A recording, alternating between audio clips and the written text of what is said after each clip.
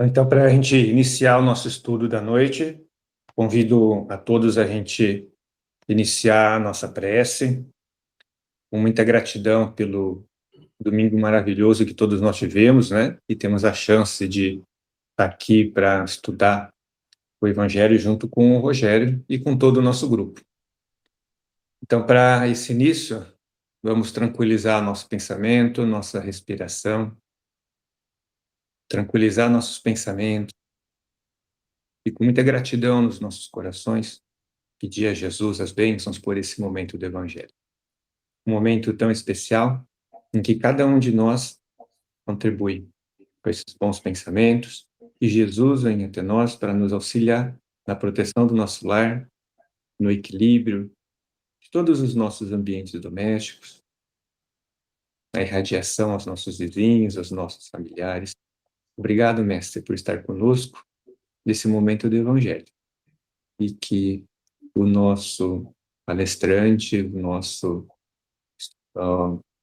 nosso Rogério, que vai conduzir o estudo de hoje, seja iluminado, para que as palavras também venham tocar o nosso coração e nos trazer equilíbrio para o início da semana. Obrigado, Mestre Jesus, em seu nome, iniciamos os nossos estudos. Que assim seja. Assim nós passamos para o Rogério iniciar o estudo dessa semana. Assim seja. Obrigado, Cláudio. Mais uma vez juntos. E agradeço muito essa oportunidade que eu tenho de poder fazer essa exposição hoje. E esse texto que caiu aqui do livro Vinha de Luz, para que a gente faça a exposição, é mais um chamado, é mais um alerta que Emmanuel, aproveitando uma mensagem, aproveitando um item lá da epístola de Pedro, faz essa exortação para nós, para que a gente possa refletir em relação aos ensinamentos do Cristo, com uma maneira mais profunda, né? Então, como Emmanuel retira esse texto lá da primeira epístola de Pedro, nós vamos lá na epístola de Pedro para fazer uma pequena leitura. Eu fiz um estudo dessa epístola e é extraordinário os ensinamentos que Pedro consta nesta carta que ele endereçou aos cristãos que estavam junto aos gentios, lá na região da Capadócia, que hoje é Turquia, lá das igrejas da antiguidade, né, fundadas por Paulo. Então, aqueles cristãos estavam sofrendo muita perseguição. Pedro, então, escreve essa epístola, exortando para que eles mantenham o seu propósito na fé, nos ensinamentos de Jesus. E é muito bonito, aqueles que tiveram oportunidade depois de fazer essa busca dessa primeira epístola de Pedro, é muito interessante. Eu não vou ficar fazendo a leitura completa, uma epístola até que razoavelmente grande. Eu vou ler apenas alguns versículos aqui, para situar o nosso entendimento, para que a gente entenda o que Pedro exortava os cristãos do seu tempo.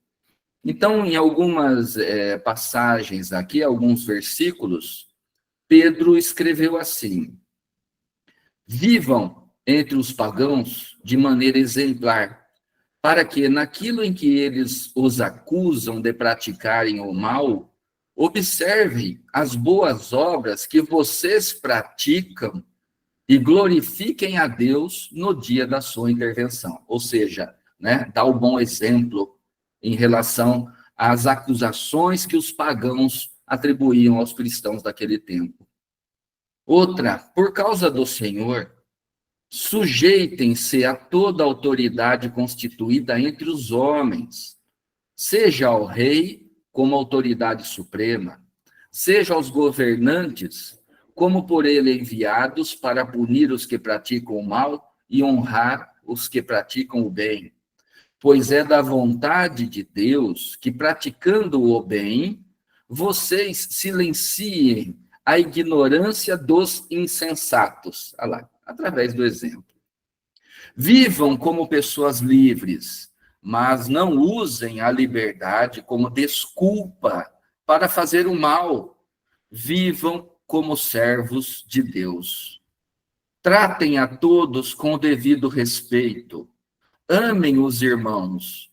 Temam a Deus e honrem o rei. Interessante aqui, nessa observação, o tema é a maneira como Pedro utiliza quando diz temam a Deus. É o linguajar do Antigo Testamento, temor a Deus. Jesus, ao seu tempo, revolucionou totalmente e nos ensinou para enxergarmos Deus como Pai e amar, e não temer, mas amar. Mas Pedro ainda utiliza esse linguajar que era comum daquele tempo. Tratem a todos com o devido respeito. Escravos, sujeitem-se a seus senhores com todo o respeito, não apenas aos bons e amáveis, mas também aos maus. Porque é louvável que, por motivo de sua consciência para com Deus, alguém suporte aflições sofrendo injustamente. Pois que vantagem há em suportar açoites recebidos por terem cometido o mal? Mas se vocês suportam o sofrimento por terem feito o bem, isso é louvável diante de Deus. Olha só os ensinamentos de Pedro para aqueles cristãos que estavam sofrendo perseguições. Podemos trazer isso e adaptar justamente para o nosso tempo, para cada um de nós também, diante das dificuldades que temos, diante das acusações que sofremos, na condição de crentes que somos, né? Não podemos esquecer que o espírita, ele é cristão, porque o evangelho de Jesus está presente em todos os nossos estudos, em toda a nossa análise, em relação ao nosso comportamento moral. Aí vem o capítulo 21, versículo 21, que é o objetivo da noite aqui. Lá no livro Vinha de Luz, está escrito assim: porque para isto sois chamados, pois também o Cristo padeceu por nós, deixando-nos o exemplo. Aqui nessa outra tradução está dessa forma: para isso vocês foram chamados, pois também Cristo sofreu no lugar de vocês, deixando-lhes exemplo para que sigam os seus passos. Então, só essa introdução para a gente ter uma noção de onde aqui nós estamos e de onde Emmanuel retirou essa análise que ele faz. É desse versículo 21 da primeira epístola de Pedro, que é um chamado, né, uma exortação para enfrentar as dificuldades com fé, acreditando nos ensinamentos de Jesus e agindo da melhor maneira possível, dando bom exemplo. Então, aqui no nosso texto de análise hoje, começa dessa maneira: elevada percentagem de crentes considera-se imune de todos os sofrimentos, porque no conceito de grande parte daqueles que aceitam a fé cristã, entregar-se às fórmulas religiosas é subtrair-se à luta, candidatando-se à beatitude imperturbável. Só nesse primeiro parágrafo desse texto, que Emmanuel apresenta para nós, dá um motivo para várias reflexões. Mas nós vamos resumir aqui. O que Emmanuel está falando? Que muitos crentes, muitos daqueles que creem em Deus, que creem em Jesus, muitos acreditam que simplesmente pelo fato de sustentarem essa fé em Jesus, em Deus, que já estão imunes das vicissitudes do mundo, dos desafios que nós somos chamados no mundo. É isso que Emmanuel está nos chamando à reflexão. Porque muitos acreditam nisso, que basta ter fé. Basta ir na igreja, basta ir à igreja, basta ir ao centro, basta ir acreditar, né, sustentar essa fé, que eu estarei protegido, que nada de mal vai me acontecer. É um grande erro. Mas tem um fundamento, tem uma base de entendimento dos irmãos que acreditam que apenas a fé já dá essa blindagem em relação às dificuldades do mundo. É o que nós vemos lá em Efésios 2, capítulo, versículos de 8 a 9, que está assim, escrito dessa maneira, que eu fiz pesquisa para trazer aqui para a nossa reflexão. Lá em Efésios consta assim: porque pela graça sois salvos, pela graça recebemos a salvação. Interessante que afasta aqui a necessidade do esforço próprio, né? Pela graça sois salvos, por meio da fé. E isto não vem de vós, da gente, é dom de Deus, não de obras, para que ninguém se glorie. Olha que interessante isso. Então, esse conceito, essa ideia de acreditar que se eu mantiver e sustentar e estimular a fé em Deus, em Jesus, que isso já serve de salvação. Salvação lá para os outros, em outros segmentos religiosos, salvação de uma maneira antiga de se compreender, era de receber a graça de, ao final da existência material, o sujeito ser salvo e ir para o paraíso, aquela região somente de felicidade absoluta. É esse o entendimento que está lá atrás. É esse o entendimento contido nessa passagem de Efésios. Mas muitos acreditam nisso. O Espiritismo vem e escancara uma outra realidade. Ora, não basta apenas ter fé, não basta apenas acreditar. Eu tenho que trabalhar. E esquecem que Jesus nos chamou a esse trabalho. Jesus disse, conforme nós encontramos lá no Evangelho segundo o Espiritismo, quando é abordado a questão, aquela passagem de Jesus, onde ele diz assim: batei a porta e ela se abrirá. Buscai e achareis. Ou seja, sustentar a fé, sim, mas trabalhar. Sustentar a fé, acreditar sem sombra de dúvida no Criador, na justiça do Pai, acreditar sem sombra de dúvida nos ensinamentos de Jesus para o nosso bem, mas fazer a nossa parte, nos mexermos, né? E não esperar que tudo caia como graça em nossos colos, né? Mas fazer alguma coisa em busca dessa salvação entre aspas também. Então, na continuidade do texto, na apreciação de muita gente, os que oram não deveriam conhecer a dor. Olha, né? Continua afirmando isso. Aqueles que acreditam que somente ter fé já nos deixa imune à dor, às vicissitudes da vida, né?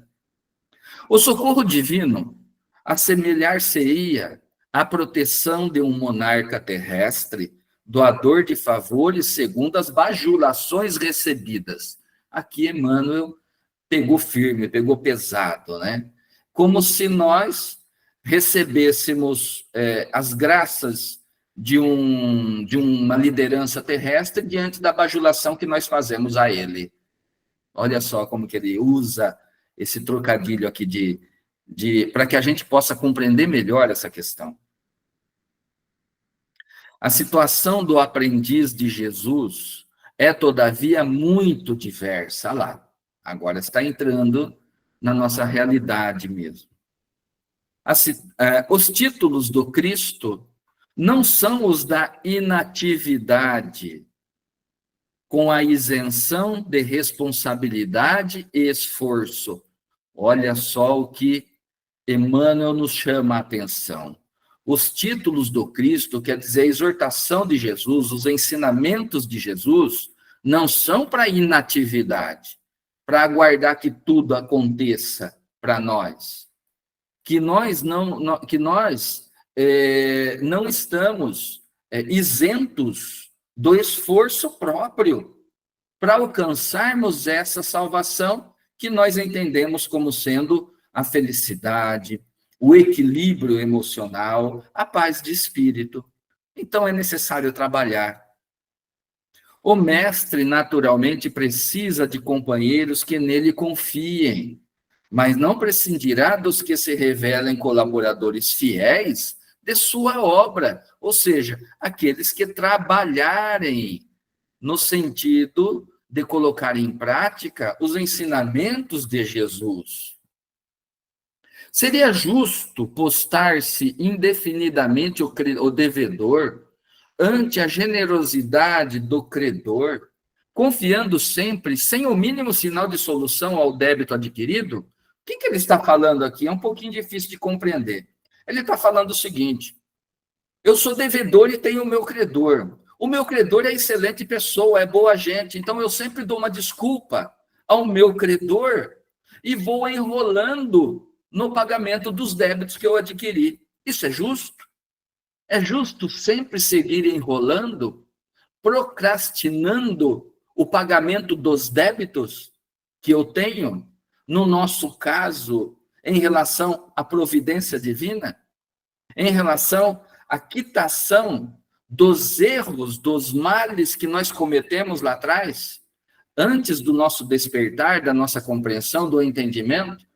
Não é justo que fique por isso mesmo. É justo, diante da justiça de Deus, que eu seja responsabilizado pelos débitos adquiridos, pelos erros cometidos. E assim eu vou contraindo créditos para a felicidade futura. Olha só que legal essa passagem, né? Não somente os homens vivem na lei de permuta. As forças divinas baseiam a movimentação do bem no mesmo princípio. O Mestre Celestial ensina a todos, em verdade, as sublimes lições da vida. Entretanto, não é razoável que todos os séculos assinalem nos bancos escolares da experiência humana os mesmos alunos preguiçosos e inquietos. Lembrei, quando do estudo dessa parte, de um texto do Vinha de Luz, apresentado pelo nosso amigo Cláudio, onde nós éramos chamados ao quadro negro. Nós somos chamados ao quadro negro constantemente pelo nosso professor, pelo nosso mestre Jesus. E esse chamado, nós devemos aproveitar a todo momento desse chamado, porque em todas as ocasiões da nossa vida, do nosso dia, junto à família, junto a desconhecidos, junto a amigos, nós somos chamados a enfrentar desafios. Nós somos chamados a refletir sobre as mazelas que nós ainda estamos carregando dentro de nós. Quando alguém fala alguma coisa e aquilo me ofende, opa, eu estou sendo chamado a refletir diante da causa da dor que eu senti, que eu estou sentindo. O problema não foi a ofensa que o outro fez para mim. O problema foi o sentimento que eu tive naquele momento. O outro é meu professor. Está mostrando que existe algo em mim que não foi resolvido e que deve ser resolvido e trabalhado. Então, nós somos chamados pelo Espiritismo a mudar o nosso ponto de vista, a não sempre apontar o outro como culpado e responsável, como sendo a causa das minhas mazelas, mas enxergar a mazela dentro de nós, dentro de cada um de nós, com coragem, com honestidade, para que a gente enxergue aquele sentimento que ainda nos faz mal. Porque para os objetivos que eu tenho de alcançar a minha evolução espiritual, se eu continuar com esses maus sentimentos que habitam dentro de mim ainda, isso vai prejudicar minha jornada. E eu vou ficar incessantemente, constantemente, nos bancos escolares, que é o termo que Emmanuel utilizou aqui, na condição de alunos preguiçosos e inquietos, porque não se esforçam em superar essas mazelas que nós carregamos ainda. Olha o chamado de Emmanuel para a nossa reflexão. Continuando. É indispensável que as turmas de bons obreiros se dirijam às zonas de serviço e não ficar esperando que o serviço venha até nós, mas nos dirigir às zonas de serviço. Significa se deparar com honestidade diante daquilo que precisa ser melhorado ainda dentro de nós. Ir em busca disso e não ficar apenas exaltando o Criador, louvando a Jesus, mas buscar dentro de nós aqueles sentimentos que nós precisamos trabalhar, que são as paixões que ainda nos prejudicam na nossa evolução. É indispensável que as turmas de bons obreiros se dirijam às zonas de serviço, preparados para os testemunhos dos ensinamentos recebidos. Recebemos ensinamentos, não só através do estudo do nosso Mestre Jesus, mas de grandes homens, mulheres e assim por diante, que deixaram seu legado de ensinamento de como nós devemos nos comportar para alcançarmos essa evolução que nós estamos buscando. E nós não podemos esquecer de uma coisa. Se o Pai permitiu que nós retornássemos a essa escola, nesta presente reencarnação, para nos depararmos com as mais diversas dificuldades ou desafios, que é um termo que eu acho melhor, os desafios da nossa jornada, é porque nós sabemos como enfrentá-los. Nós temos capacidade para enfrentar. Nós temos discernimento para resolver e solucionar. Porque senão o grande professor, nosso Mestre Jesus, não iria nos colocar diante de uma prova se nós não tivéssemos condições e conhecimento para passar por essa prova, para superar as mazelas que nós estamos carregando. Simão Pedro sintetiza o trabalho dos cristãos de maneira magistral. Sois chamados para isto, assevera o apóstolo. A afirmativa simples indica que os discípulos leais foram convocados a sofrer pelo bem. Interessante o linguajar do tempo aqui. E Emmanuel coloca assim, que nós fomos convocados a sofrer pelo bem. Ora, o sofrimento é uma questão de perspectiva. Porque se algo fizemos de errado, se nós distribuímos a dor e o sofrimento para o nosso próximo, diante da ignorância que nós nos debruçamos no passado e muitas vezes ainda, natural e justo que a gente resgate os erros cometidos. E muitas vezes é através de desafios doloridos que vai nos estimular a encontrar em nós aquilo que precisa ser mudado. Então, quando nós estudamos os evangelhos e o espiritismo, nós somos chamados ao trabalho da renovação íntima. Mas para isso é necessário olhar com honestidade as mazelas que a gente ainda insiste em carregar conosco. E tantas experiências reencarnatórias já tivemos. E nós insistimos ainda. Está na hora de se despertar de maneira plena, para que a gente mude a nossa maneira de nos relacionar com o nosso próximo, que nós possamos ser mais educados, que nós possamos ser mais pacíficos, que nós tenhamos sempre o objetivo de resolver e pacificar conflitos. E olha, que os conflitos hoje, em nossa em nossa sociedade, em nós também, são grandes ainda. Então, nós somos convocados a isso. Estamos sendo chamados à lousa, como naquela lição que o Cláudio apresentou aqui. Estamos sendo chamados a esse despertar. Mas é necessário essa boa vontade, é necessário se levantar, é necessário sair da nossa zona de conforto. Porque Jesus nos chama a esse trabalho. Batei a porta e ela se abrirá. Ou seja, a porta não vai abrir sozinha. É necessário que eu faça algo para melhorar, para minha renovação íntima.